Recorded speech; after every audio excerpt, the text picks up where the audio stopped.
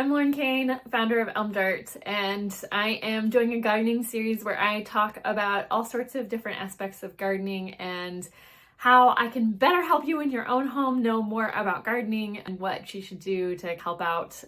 I'll start with some beginner tips as well as some intermediate ones in there and maybe throw in some advanced tips. Also, feel free to send over your questions. I'll address some customer questions as well.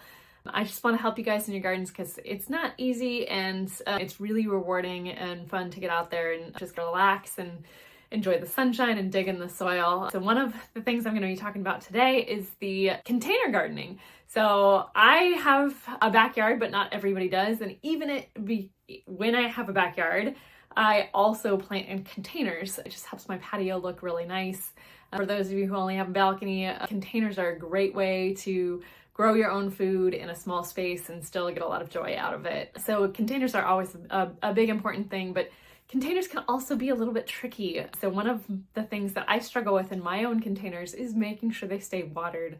And those containers tend to dry out a lot faster because it's just such a small volume. And in the hot sunshine like my patio is, it dries out much faster than everything else. So usually in the summertime in the heat, I'm watering probably every other day, but I'm definitely checking on it and making sure that it doesn't need water and that things aren't parched and going down. But some other tips on container gardening is when you're just beginning, try to stick to 1 to 2 different things in a pot. That makes it easier to take care of and to know how big it's going to grow or if it's going to overgrow. You want to make sure that you're picking plants that go well together. So marigolds is always a good one because they help deter pests away from other plants. So if you put a marigold with a tomato plant, you can help keep bugs off of the tomato plant that it's going to be munching on. Dill's another fun one because it'll attract butterflies, and put it next to your other plants like your tomatoes again, because that'll bring the pollinators that are going to pollinate those tomato flowers so that those turn into actual tomatoes for you too. Tomatoes are really tricky. You got to make sure that you keep those watered and keep them just continually watered because they get stressed if they don't get even watering throughout the year, and if it gets too hot or too cold, they really kind of struggle. So they're a little bit temperamental. Keep your eye on those. The same companion planting also works with containers. So tomatoes and basil go well together. Tomatoes and spicy peppers like jalapenos also go well together. Sunflowers don't go well with other plants. And so you want to make sure that if you're planting a sunflower in a pot, plant it by itself. Don't plant it with other things because it does release a hormone that prevents other plants from growing.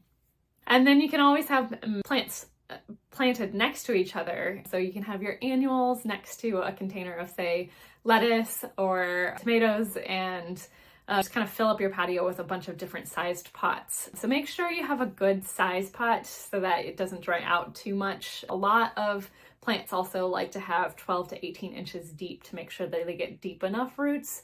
And so that's another thing you can work on. If you add in some worm castings or some ancient soil or bloomin' soil when you pot those, they can also encourage root growth. That'll help keep the plants stronger throughout their growing season. And then also, as you're getting started, you can pick short-term crops like lettuce and grow them for 30 days, harvest the lettuce, and then plant another thing after it. And so that's called succession planting, when you're planting something knowing you're going to harvest the whole thing and then plant another set after it. And that's also a great way to get started because it's only a short period, you have to keep an eye on it, and you can feel that success right up close and personal, where the tomatoes take a lot longer to grow. But everybody loves that homegrown tomato, so I definitely encourage you to grow them, and don't get discouraged if you struggle.